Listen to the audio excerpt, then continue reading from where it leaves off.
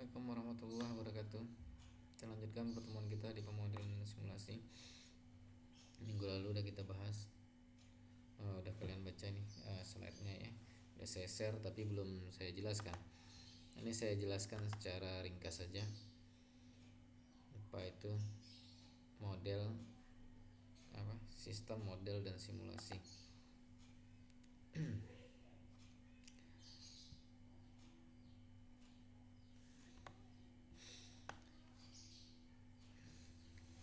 Model, simulasi.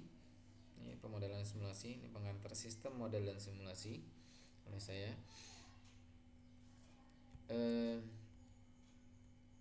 Yang kita bahas adalah sistem dan lingkungan sistem, model dari sistem, hubungan sistem, model, dan simulasi, ya, serta ringkasan dan latihan soal, sekaligus ada tugas nanti di dalamnya. Saya bahas secara cepat saja ya, karena sistem ini udah dibahas di mata kuliah lain ya, tentang sistem informasi ya, sistem administrasi, sistem segala sistem ya. Jadi kemampuan analisa sistem itu adalah kunci keberhasilan dari implementasi model ya. Jadi kalau kita memodelkan, yang kita modelkan tentunya adalah sistem ya. Kalau kita tidak paham dengan sistem, maka tidak bisa kita modelkan. Jadi kunci keberhasilan dari model adalah paham betul tentang sistem. Jadi kita lahir udah masuk dalam sistem ya. Mau nggak mau kita berpikir secara kesisteman ya, karena kita sejak lahir masuk dalam sistem keluarga ya. Masuk nanti keluar dari sistem keluarga, ada sistem lalu lintas, sistem dalam lingkungan kewarganegaraan ya, sistem rumah sakit ya, sistem kesehatan, semua masuk dalam sistem. Jadi mau nggak mau kita masuk dalam lingkungan sistem. Nah, sistem yang besar yang perlu dimodelkan untuk disimpelkan ya, supaya mudah ditelusurin, itu dimodelkan. Jadi dengan model kita bisa melihat bentuk sistem secara keseluruhan. Itu fungsi model ya. Caranya gimana? Biasanya memodelkan sistem itu dengan matematis. Jadi proses dari sistem itu dimodelkan dengan model matematis. Atau biasanya sistem dimodelkan dengan model yang biasa digunakan dalam pemrograman ya, misalnya flowchart ya, atau dengan model diagram ya, UML. Di situ ada data flow diagram, DFD ya,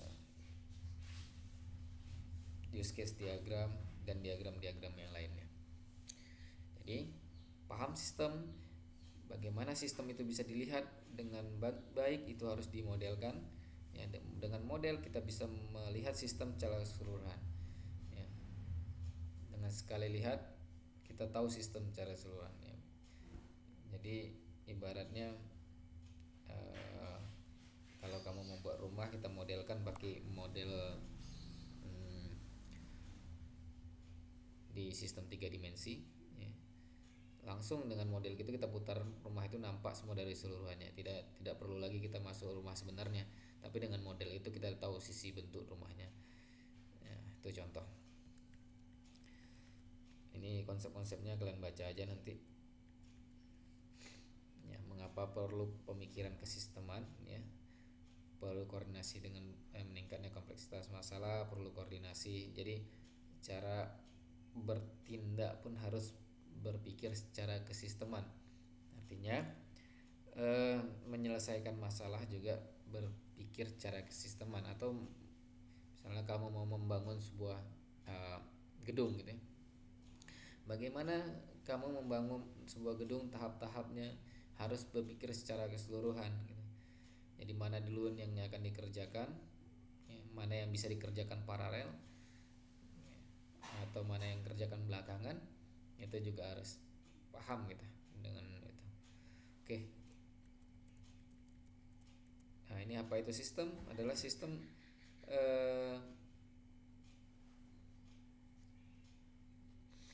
mana? Karena ini kita masuk dalam sistem ya. Jadi secara ringkasnya saya ambil sistem itu adalah suatu komponen-komponen atau sub-subsistem yang berhubungan satu sama lain, ya, yang berpadu untuk mencapai satu tujuan, itu sistem. Jadi kalau bicara tentang sistem itu banyak subsistemnya, ya. Ya, jadi masing-masing ada bagian-bagiannya, dan bagian-bagian itu saling mendukung untuk keberhasilannya. Jadi kalau salah satu gagal itu akan mengurangi atau bahkan menggagalkan dari sistem itu. Oke, ini langsung saja. Ini contohnya, kita udah masuk dalam sistem ya. Dari segi tata surya, bumi udah masuk dalam sistem ya. Sistem itu ada batas sistem ya, ini semualah perlu dari sistem. Oke, saya next saja. Sistem itu punya entitas dan atribut. Entitas itu item yang akan diproses oleh sistem. Atribut itu biasanya segala sesuatu yang menjadi properti dari entitas. Ya, misalnya entitas itu adalah kasir, maka atributnya adalah skill kasir itu. Oke, lanjutnya aktivitas delay. Ini contoh. Sumber daya dan kontrol elemennya, nanti baca-baca lagi. Waktu ya, jadi ada waktu berapa persen digunakan. Jadi dalam sistem ada waktu, dan waktu ini bisa dioptimalkan. Bagaimana kita mengoptimalkan waktu? Harus dimanfaatkan sebaik-baiknya waktu dalam sistem ini. Oke, selanjutnya variabel keputusan. Ada variabel yang independen tergantung atau yang tergantung dengan yang tidak tergantung ya, independen, dia berdiri sendiri. Ada perubahan nilai akan memberi efek perilaku dari sistem. Nah, ini variabel-variabel untuk dalam sistem ya. Oke, selanjutnya contoh tadi. Nah, ini konsep model. Model proses penggambaran operasi sistem nyata untuk menjelaskan atau menunjukkan relasi-relasi yang penting yang terlibat. Ya, jadi tadi ada sistem komponen-komponen ya. Di dalamnya itu ada variabel-variabel sistem ya. Ada entitas, atribut ya. Ada bagian-bagian dari sistem. Jadi seluruhnya entitasnya itu terlihat, bagaimana melihatkan ya, secara model. Jadi dengan kita bayangkan sistem itu terlalu besar ya, misalnya satu sistem portal akademik, sistem portal akademik itu besar gitu. Kita membayangkannya ini bagian mahasiswa ada, bagian dosen ada, bagian administrasi ada, dan segala macamnya. Untuk memahami itu ya, perlu model ya. Kalau dimodelkan dengan satu lembar saja gitu, atau kalau kita gambar satu lembar saja, itu udah bisa melihat, kita udah bisa melihat semua relasi-relasi penting dalam sistem itu ya. Misalnya sistem portal akademik tadi ya, misalnya relasi-relasi database-nya kita udah bisa lihat ya. Misalnya relasi database kita bikin dengan ERD ya, entitas relationship diagram ya. Nah, jadi nampak nyata. Atau nanti kamu bikin pesawat gitu ya, sebelum naik pesawat dimodelkan dulu dengan model pesawat nyatanya, baru nanti kita bisa naik dengan mensimulasikannya ya. Kalau udah ada model baru kita simulasikan ya. Dimodelkan nanti alam sekitaran pesawat itu dimodelkan ya, dengan model 3 dimensi ya. Nanti pesawatnya juga dimodelkan dengan 3 dimensi gitu ya. Nanti baru kita naik ke atasnya, baru nanti simulasi terjadi. Ada sistem, ada model dulu, baru simulasi terakhir. Mensimulasikannya itu baru melihat hasilnya gitu. Bisa nggak kita 4 karakteristik model: punya tingkatan generalisasi ya, yang tinggi, punya mekanisme yang transparan, punya potensi untuk dikembangkan, punya kepekaan terhadap perubahan asumsi. Ya, model sama dengan sistem. Sistem itu selalu berubah gitu ya. Sistem itu setiap selalu berkembang ya. Maka model juga harus punya sifat yang sama dengan sistem ya. Jadi bagaimana generalisasi yang tinggi itu, jadi yang bisa masuk lah ke yang digeneralkan ya, bagian-bagian yang lainnya. Mekanisme yang transparan artinya memang betul-betul dari sistem itu diambil, yang nampak semua kerjanya ya, jadi tidak ada yang ditutupi. Kalau ditutupin modelnya berarti nggak jadi gitu. Jadi semua kinerja dalam sistem itu memang ditampilkan dalam model. Dengan melihat model kita tahu sistem secara keseluruhan ya. Sistem itu besar, kalau kita pandang satu-satu dia akan lama. Kalau kita modelkan sekali lihat kita udah tahu bagian-bagiannya semua. Itulah mengapa perlu model ya, sistem ya. Tadi kaitannya model dengan sistem ya. Paham dengan sistem adalah untuk menghasilkan model yang baik. Kalau kita nggak paham dengan sistem, maka kita nggak bisa memodelkannya. Jadi harus paham dulu sistem.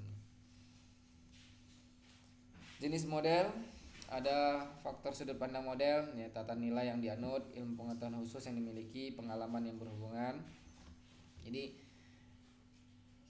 tata nilai yang dianut ini seperti apa gitu ya, yang untuk memodelkan. Biasanya dalam memodelkan itu bukan nilai asli, misalnya kalau dalam matematik ya, untuk memudahkannya maka nilai-nilai itu misalnya agama gitu ya. Agama ada Islam, Nasrani, Katolik ya, Protestan, Hindu, Buddha, itu dijadikan nilainya 1 2 3 itu misalnya. Kalau untuk memudahkan dalam matematis menghitung misalnya. Kalau dengan teks kan dia tidak bisa dihitung. Misalnya ini hanya misal. Nah,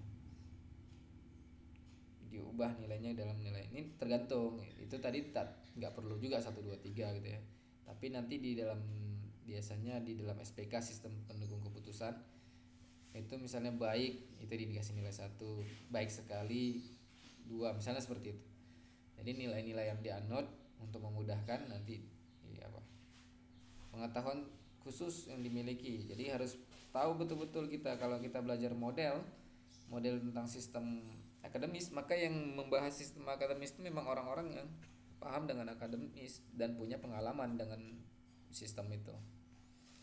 Ada jenis-jenis model, ada stokastik, deterministik, statis, dan dinamis. Nah, ini stokastik ini mencakup distribusi kemungkinan untuk input, memberikan serangkaian nilai dari sekurang-kurangnya satu variabel output, probabilitas yang berkaitan dengan tiap nilai. Waktu kedatangan pelanggan, waktu antrian, ini stokastik. Ya, jadi waktu itu ada distribusi kemungkinan. Jadi waktu kedatangan pelanggan, masa yang akan datang, itu kita nggak tahu kapan pelanggan itu datang. Ya. Makanya di situ ada kemungkinan, distribusi kemungkinan, distribusi probabilitas di situ. Dan hasil dari simulasi juga probabilitas gitu ya. Kemungkinan. Ya, namanya simulasi tidak yang pasti gitu ya. Walaupun kamu pakai simulator nanti bisa simulator mobil, simulator pesawat gitu, kamu naik itu seakan-akan kamu naik pesawat, naik mobil, tapi itu belum tentu sebenarnya gitu. Itu kemungkinan saja. Ya, ketika kamu naik itu berhasil, itu kemungkinan kamu berhasilnya ada berapa persen gitu ya waktu menggunakan sebenarnya. Ya. Tapi sudah bisa diukur ketika kita gagal melakukan itu, berarti yang sebenarnya pasti gagal. Nah, itu kemungkinan gitu, hasilnya hanya kemungkinan.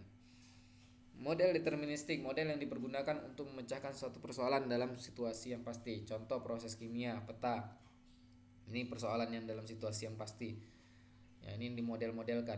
Ya, variabel-variabel apa aja yang di dalamnya ketika menyatu maka rumusnya seperti apa. Ini udah ada modelnya. Ini model matematik. Ini sebenarnya ini tadi masuk saya ada model yang bisa dimodelkan dengan matematis. Ya udah pasti dia nilai-nilainya. Atau kalau tidak pasti dia sebenarnya ada variabel. Yang variabel itu bisa berubah-ubah sendiri juga gitu. Statis ya. Dengan keadaan sistem yang suatu saat tidak mempertimbangkan perubahan waktu ya. Melibatkan pembangkit bilangan random untuk simulasi yang biasanya pelanggan keuangan universitas menentukan jumlah persediaan gudang. Ini yang tidak ada kaitan dengan perubahan waktu tapi dia muncul gitu ya random saja, maka dia kalau membangkitkannya dengan bilangan random ya, kejadian-kejadian akan datang dibangkitkan dengan bilangan random. Model dinamis yang berkaitan dengan keadaan sistem pada waktu berkelanjutan mengandung proses perubahan setiap saat akibat suatu aktivitas. Contoh simulasi layanan perbankan yang buka jam 8 sampai jam 3 sore. Ini model dinamis. Kalau statis tadi modelnya nggak ada berkaitan dengan waktu. Kalau model dinamis dia berkaitan dengan waktu berlanjut. Jam 8 datang dia, jam 8.15 datang. Dia nggak pernah dia jam 15 jam 8 sudah jam 8.15 balik lagi ke jam 8 kan nggak mungkin. Ini namanya model dinamis. Oke. Ada 4 model tadi ya. Jenis-jenis model. Oke. Hubungan sistem, model dan simulasi. Di sini bahas konsep simulasi apa itu simulasi, mengapa harus simulasi, kapan simulasi digunakan, kapan simulasi tidak digunakan. Ini dia. Konsep simulasi adalah alat bantu untuk memahami masalah yang akan dipecahkan. Jadi artinya simulasi itu digunakan ketika sistem ya, tidak bisa dipahami dengan langsung gitu ya. Tidak bisa dengan matematis langsung gitu ya. Misalnya pendapatan hari ini gitu ya, kan itu bisa dihitung langsung, itu nggak perlu simulasi. Yang perlu simulasi itu yang akan datang. Kenapa? Karena kita belum tahu yang akan datang itu seperti apa, maka mensimulasikannya dengan data-data sebelumnya. Jadi kalau yang belum tahu kita bisa simulasikan, tapi kalau yang udah tahu, yang udah pasti, itu tidak perlu simulasi. Dirancang untuk membantu pemecahan masalah yang berhubungan dengan sistem yang dioperasikan secara alamiah ya, secara tradisional ya, sistem yang tradisional tadinya ya, yang alamiah gitu ya, yang biasa dikerjakan sehari-hari, yang susah dipecahkan, maka dengan simulasi ya, gampang memahami sistem itu.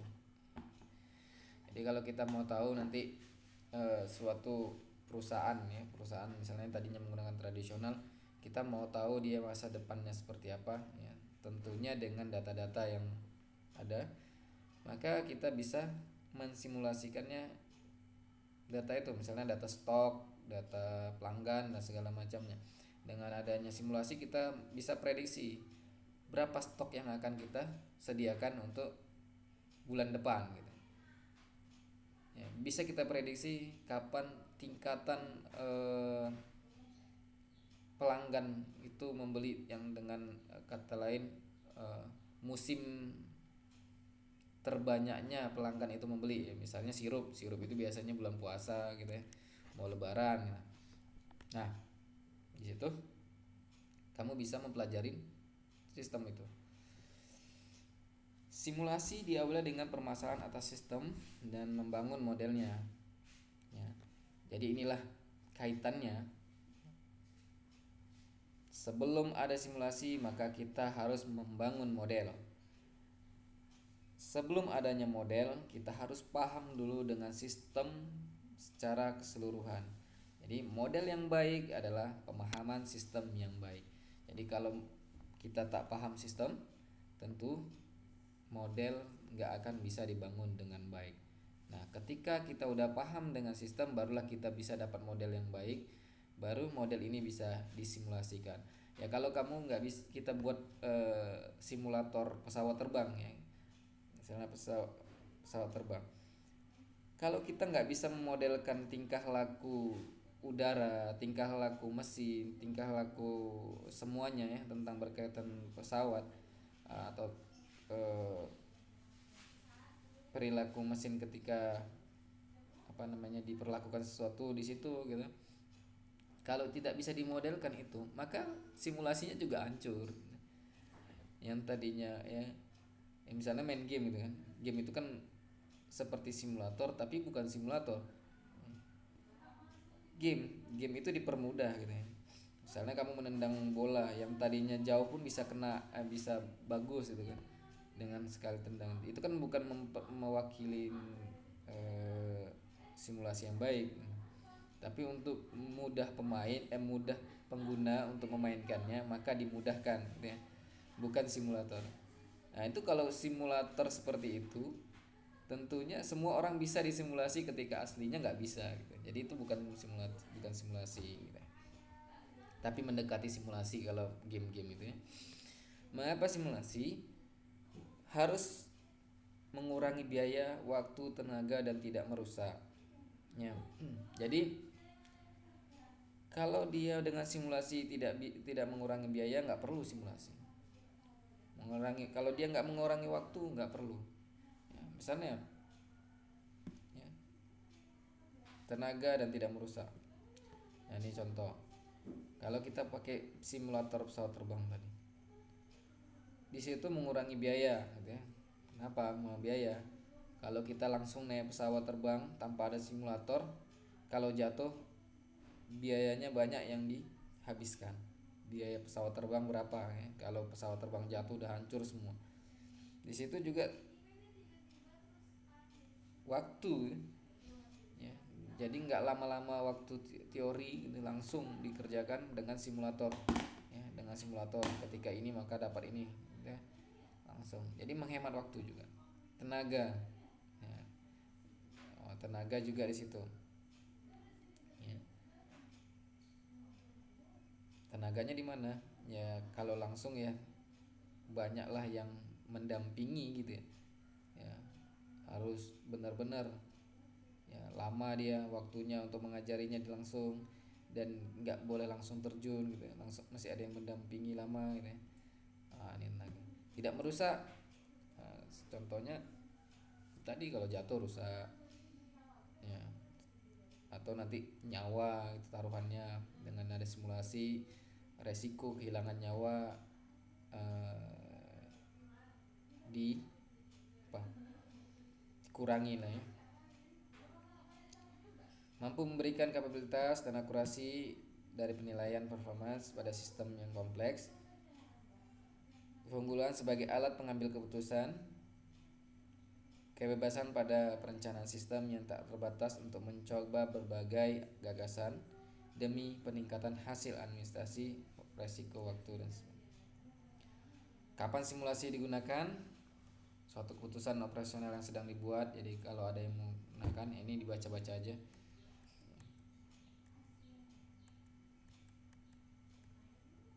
Jadi setelah ini kamu sudah bisa menjawab ini.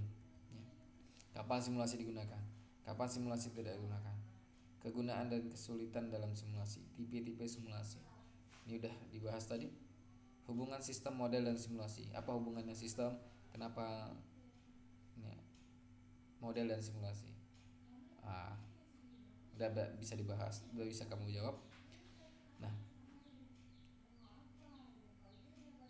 jika ada pertanyaan langsung aja komentar di Facebooknya, di YouTube-nya atau di Classroom-nya. Saya tutup sampai sini. Nanti kita lanjutkan pertemuan berikutnya. Saya tutup. Assalamualaikum warahmatullahi wabarakatuh.